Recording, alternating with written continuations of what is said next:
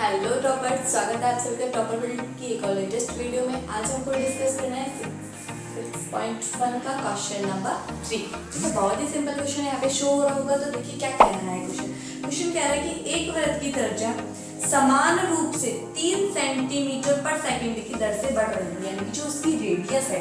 अगर आपको एक वृत्त दिया हुआ है, ठीक है, वृत्त नहीं ओवल बन गया लेकिन आप वृत्त समझिए, ठीक है, इसकी एक रेडियस है, ये क्या हो गई 8, ठीक है, ये क्या हो रही है 3 सेंटीमीटर पर सेकंड, यानी कि जो रेडियस है वो इसकी किसकी दर से बढ़ रही है 3 सेंटीमीटर पर सेकंड, यानी कि विद रेस्पेक्ट टू टाइम।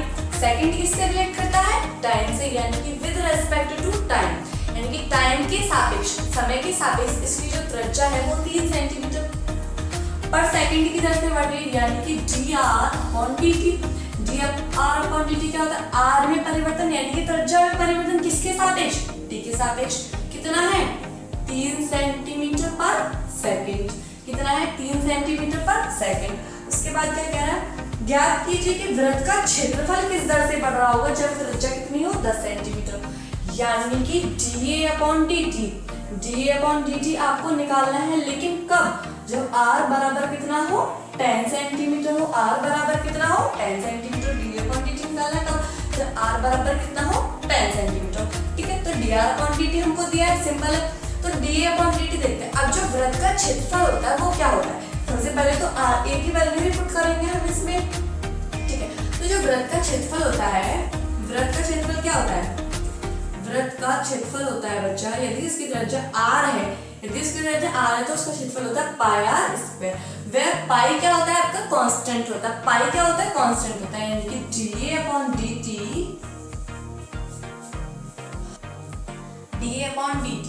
तो क्या हो जाएगा d/dt।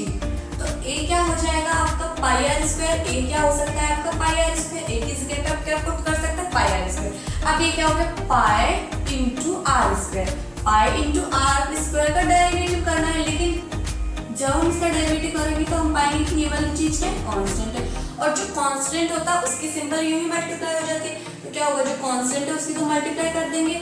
अब बचा हमारा आर स्क्वायर तो कांस्टेंट नहीं है, जो त्रिज्या है वो तो कांस्टेंट नहीं है, वो तो बढ़ रही आ रही है, वो कांस्टेंट नहीं है।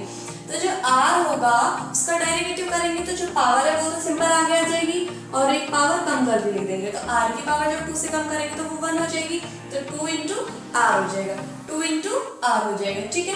अब हमें क्या करना है r का डेरिवेटिव करना है। अब क्या करना है r का डेरिवेटिव करना है, लेकिन किसके सापेक्ष t, with respect to t। यदि r का डेरिवेटिव हम करते r के ही सापेक्ष तो 1 आ जाता है, लेकिन r का रेस्पेक्ट नहीं है यहाँ पे किसके रेस्पेक्ट में करना है t के रेस्पेक्ट में करना है, ठीक है। तो क्या हो जाएगा dr/dt, यानी कि dA/dt कितना आएगा 2 पाई r इंटू dr/dt, ये आ जाएगा। और जब हमें dr/dt की वैल्यू दे रखी है कि जो टाइम के साथ में जो त्रिज्या बढ़ रही है किसकी 3 सेंटीमीटर पर सेकंड की दर से बढ़ रही है, यहाँ पे हम वैल्यू पुट कर सकते हैं। क्या हो जाएगा 2 पाई r इंटू dr/dt कितना हो जाएगा 3, तो क्या आ जाएगा 6 पाई r। तो हमें एक चीज पता लगी यहाँ से कि जब एक वृत्त की त्रिज्या 3 सेंटीमीटर पर सेकंड की दर से बढ़ रही है, जब एक वृत्त की त्रिज्या 3 सेंटीमीटर पर सेकंड की दर से बढ़ रही है, तो जो उसका क्षेत्रफल होगा वो किस दर से बढ़ रहा होगा 6 पाई r।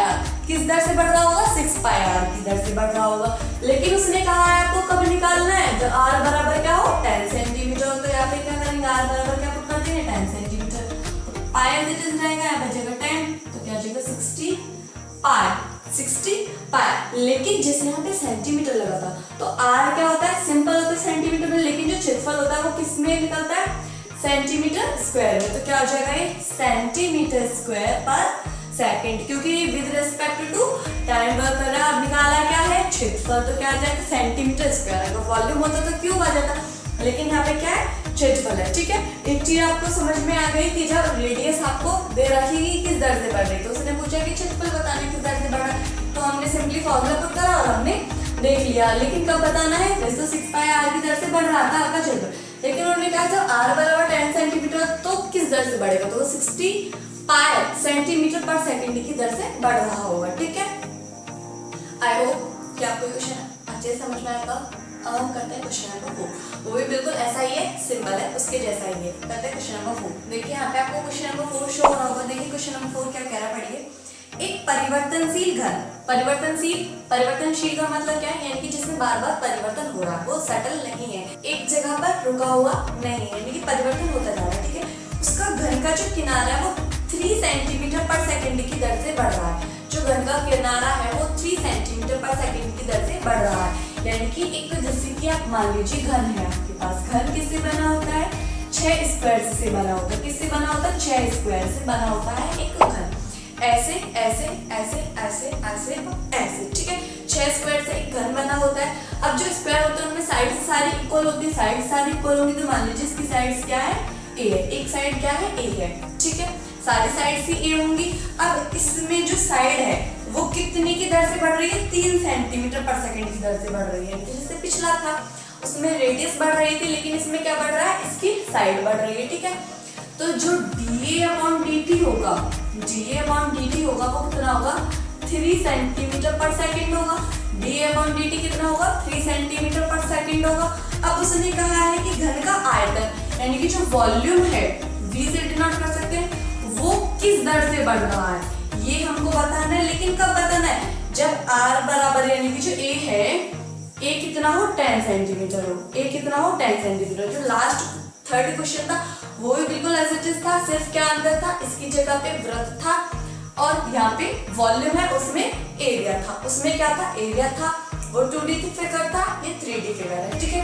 a बराबर 10 सेंटीमीटर पर बताना है, वॉल्यूम बताना है, ठीक है। तो करते हैं, सबसे पहले क्या करेंगे, हम देखेंगे कि इसका वॉल्यूम होता क्या। वॉल्यूम क्या होता है, ए की क्यूब, यानी कि साइड की क्यूब। वॉल्यूम कितना होता है, साइड की क्यूब। इसका जो वॉल्यूम है वो कितना होता है, साइड की क्यूब। कितना होता है, साइड की क्यूब। अब साइड कितनी है, इसकी ए है, साइड ए है तो इसका वॉल्यूम क्या होगा, साइड ए है तो इसका वॉल्यूम हो जाएगा dV/dt इज इक्वल्स टू हो जाएगा ए की क्यूब। ये तो सिंपल है। तो यहाँ पे जब वैल्यू पुट करेंगे क्या हो जाएगा, ए की क्यूब। अब हमें क्या करना है, जो ए की क्यूब है उसका डेरिवेटिव करना है। तो जो पावर में है वो आगे आ जाता है, जो पावर में रहता है वो आगे आ जाता है, घटा के पावर लिख देते हैं। कितना घटा के लिखते हैं, एक घटा के, एक घटा के लिख देते हैं। तो क्या हो जाएगा, 3a। अब पावर कितनी, 3, एक घटाएंगे तो कितना हो जाएगा, 2। तो कितना लिखेंगे यहाँ पे, 2। अब जो a है उसका भी तो डेरिवेटिव करना है, किसके सापेक्ष, t के सापेक्ष। किसके सापेक्ष, t के सापेक्ष, यानी कि dA/dt, dA/dt, यानी कि dV/dt कितना है, 3a² × dA/dt।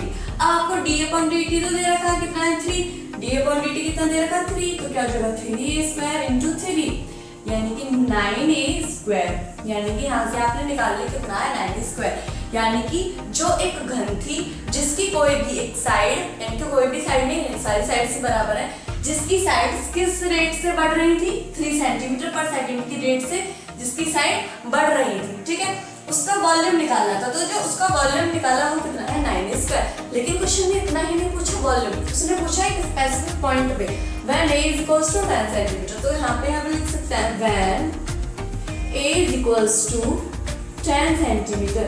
तो यहाँ से क्या हो जाएगा, dV/dt है आपका 9a² और यहाँ पे 10 हम वैल्यू पुट कर देंगे। तो 9 × 10 का स्क्वायर, 10 का स्क्वायर होता है 100। जो 100 की मल्टीप्लाई 9 में करेंगे तो कितना आएगा, 900। कितना आएगा, 900। अब ये क्या है, आपका वॉल्यूम है। क्या है, वॉल्यूम है। वॉल्यूम में कैसा होता है, क्यूब होता है। तो क्या हो जाएगा, सेंटीमीटर की क्यूब। किसके रेस्पेक्ट में हो रहा है, एक बार टाइम के रेस्पेक्ट में, यानी कि with respect to second, with respect to second. जो प्रीवियस क्वेश्चन था उसमें था एरिया, उसमें क्या करा था, हमने सेंटीमीटर स्क्वायर करा था, लेकिन विद रेस्पेक्ट टू टाइम ही था।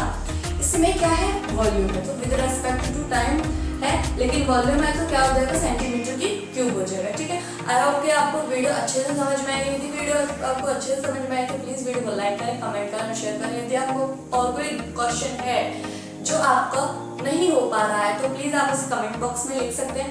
नेक्स्ट वीडियो में हम आपको इसको सॉल्व करेंगे। नीचे व्हाट्सएप नंबर शो हो रहा है, आप इन पे जाके केमिस्ट्री और फिजिक्स के हैंड रिटन नोट्स परचेज कर सकते हैं, जो कि आपके एग्जाम में आपकी बहुत ज्यादा मदद करेंगे। Thank you so much.